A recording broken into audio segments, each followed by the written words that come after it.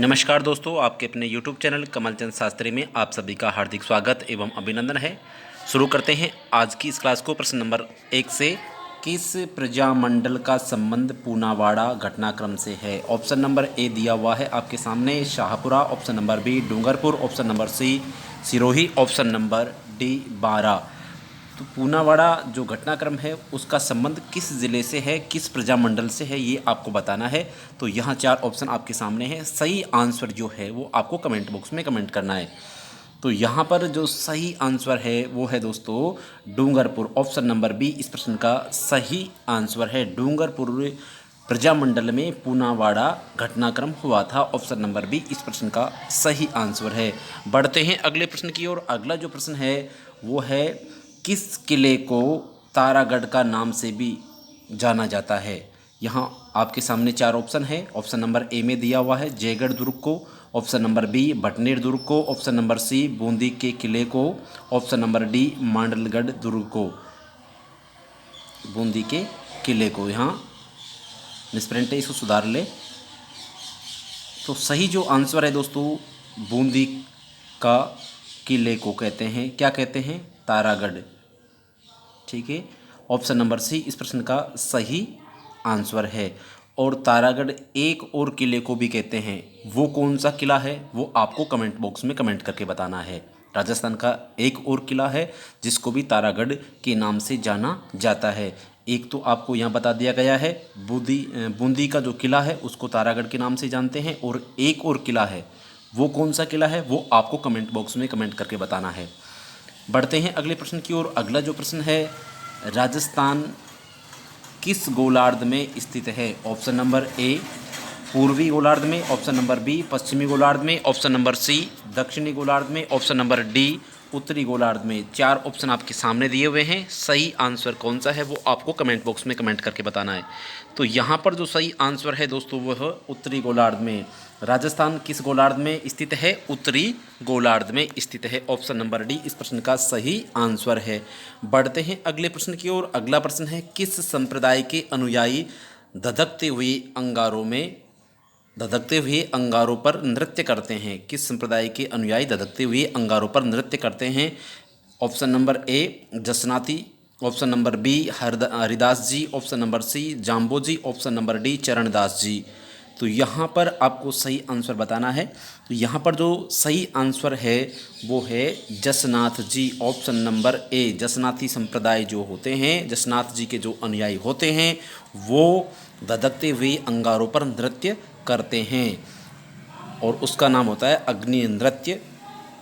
Option number ए इस प्रश्न का सही आंसर है। बढ़ते हैं अगले प्रश्न की ओर। अगला जो प्रश्न है, राजस्थान में शीतकाल में होने वाली वर्षा क्या कहलाती है? ऑप्शन नंबर ए दिया हुआ है लौटता हुआ मानसूनी वर्षा। ऑप्शन नंबर बी उत्तरी पूर्वी मानसूनी वर्षा। ऑप्शन नंबर सी दक्षिणी पश्चिमी मानसूनी वर्षा। ऑप्शन नंबर डी मावठ। तो राजस्थान में इसे हम मावठ के नाम से जानते हैं। ऑप्शन नंबर डी इस प्रश्न का सही आंसर है।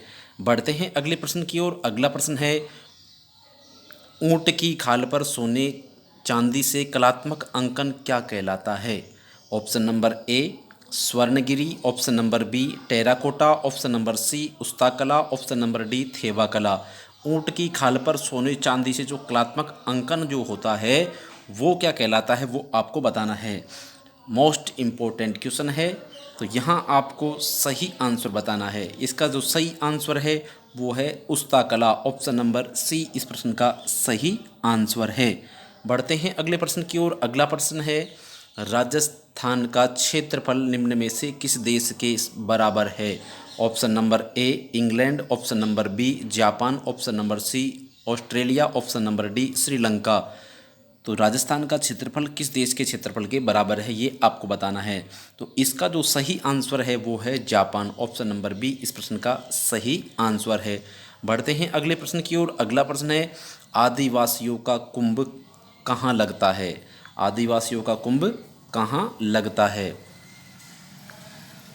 ऑप्शन नंबर ए प्रतापगढ़ जिले में। ऑप्शन नंबर बी बांसवाड़ा जिले में। ऑप्शन नंबर सी डूंगरपुर जिले में। ऑप्शन नंबर डी उदयपुर जिले में। इसका जो सही आंसर है वो है डूंगरपुर जिले में, बेणेश्वर में आदिवासियों का कुंभ लगता है। कहाँ लगता है? बेणेश्वर में लगता है। बेणेश्वर। बेणेश्वर कहाँ पर है? डूंगरपुर जिले में है।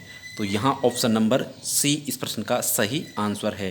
बढ़ते हैं अगले प्रश्न की ओर। अगला प्रश्न जो है, जौहर मेला किस ज़िले में लगता है?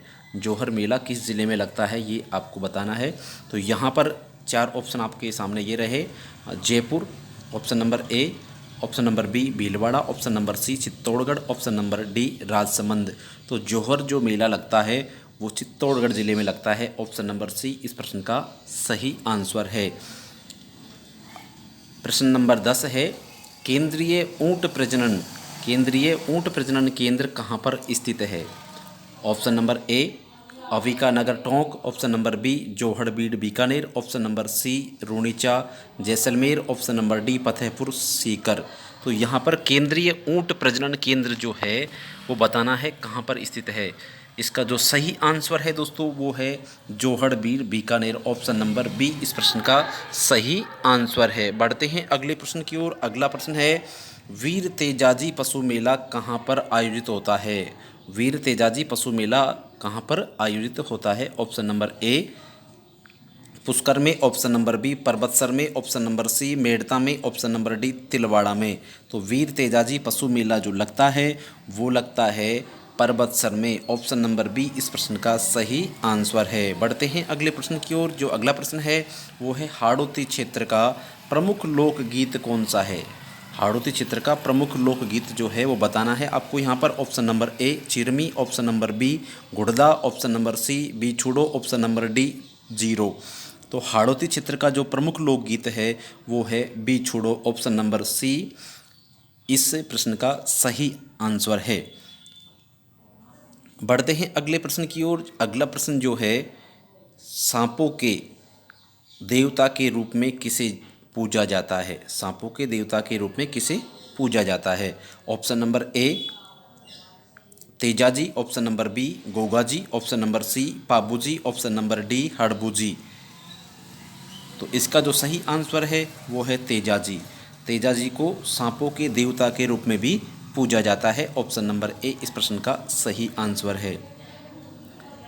अजमेर में प्रतिवर्ष उर्स का मेला किस तिथि को भरता है? ऑप्शन नंबर ए प्रतिवर्ष पहले रजब से 9 रजब तक, ऑप्शन नंबर बी रमज़ान के 2 माह बाद, ऑप्शन नंबर सी मुहर्रम के 2 माह बाद, रमज़ान के 4 माह बाद। तो यहाँ पर जो सही आंसर है वो है प्रतिवर्ष पहले रजब से 9 रजब तक, पहली रजब से 9 रजब तक बढ़ता है। ऑप्शन नंबर ए इस प्रश्न का सही आंसर है। राणा सांगा और बाबर के मध्य निर्णायक युद्ध कब हुआ था? राणा सांगा और बाबर के मध्य जो निर्णायक युद्ध हुआ था उसको बताना है वह कब हुआ था। ऑप्शन नंबर ए 1525 ईस्वी में, ऑप्शन नंबर बी 1527 ईस्वी में, ऑप्शन नंबर सी 1526 ईस्वी में, ऑप्शन नंबर डी 1528 ईस्वी में। तो यहाँ पर चारों ऑप्शन आपके सामने हैं। सही आंसर कौन सा है वो आपको कमेंट बॉक्स में कमेंट करके बताना है। तो इसका जो सही आंसर है वो है 1527 ईस्वी में। ऑप्शन नंबर बी इस प्रश्न का सही आंसर है। बढ़ते हैं अगले प्रश्न की ओर। अगला प्रश्न है, भगवान शिव को समर्पित सिवाड़ के मेले का आयोजन राजस्थान के किस जिले में होता है? भगवान शिव को समर्पित सिवाड़ का जो मेला लगता है वो किस जिले में लगता है? ऑप्शन नंबर ए अलवर जिले में, option number B Bharatpur, option number C Dholpur, option number D Sawai Madhopur. तो यहाँ पर जो इसका सही आंसर है इस प्रश्न का वो है सवाई माधोपुर में घुमड़ेश्वर का मंदिर है, सिवाड़ का मंदिर है। ऑप्शन नंबर डी इस प्रश्न का सही आंसर है। ये सवाई माधोपुर में है सिवाड़। ऑप्शन नंबर डी इस प्रश्न का सही आंसर है। बढ़ते हैं अगले प्रश्न की ओर। अगला जो प्रश्न है, लालगढ़ महल कहाँ पर स्थित है? Option number A Jalore, option number B Barmer, option number C Sirohi, option number D Bikaner. इसका सही जो आंसर है बीकानेर। ऑप्शन नंबर डी इस प्रश्न का सही आंसर है, अर्थात लालगढ़ जो महल है वो बीकानेर में स्थित है। बढ़ते हैं अगले प्रश्न की ओर। अगला प्रश्न है, राजस्थान का राजकोट लूणकरणसर कहलाता है। राजस्थान का राजकोट किसे कहते हैं? लूणकरणसर को कहते हैं। लेकिन इसका कारण क्या है, क्यों कहते हैं, ये आपको बताना है। ऑप्शन नंबर ए तिलहन के उत्पादन के कारण कहते हैं इसे राजस्थान का राजकोट।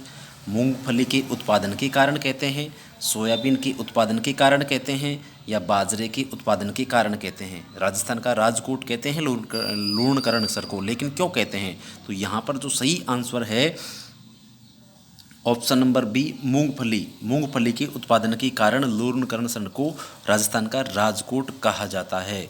ऑप्शन नंबर बी इस प्रश्न का सही आंसर है। राजकोट वैसे गुजरात में है, वहाँ पर अच्छी क्वालिटी की मूंगफली उत्पादित होती है। इसी प्रकार से राजस्थान में भी लूणकरणसर में अच्छी क्वालिटी की स्वादिष्ट मूंगफलियाँ उत्पादित होती है, इसलिए इसको राजस्थान का राजकोट कहते हैं। बढ़ते हैं अगले प्रश्न की ओर। अगला जो प्रश्न है वो है चित्रकला के विकास हेतु कार्यरत आइमा तथा कलाव्रत संस्थान किस जिले में स्थित है? चित्रकला के क्षेत्र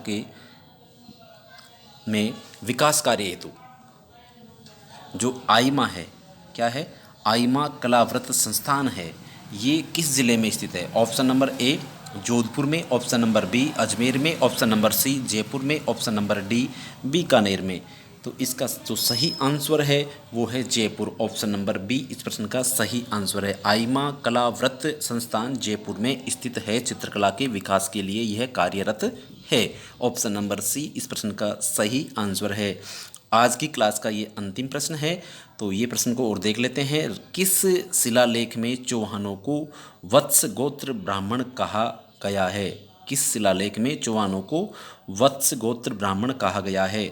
ऑप्शन नंबर ए बिजोलिया शिलालेख, ऑप्शन नंबर बी चीरवा शिलालेख, ऑप्शन नंबर सी घोसुंडा शिलालेख, ऑप्शन नंबर डी श्रृंग ऋषि का शिलालेख। यहाँ 4 ऑप्शन आपके सामने हैं। सही आंसर कौन सा है वो आपको कमेंट बॉक्स में कमेंट करके बताना है।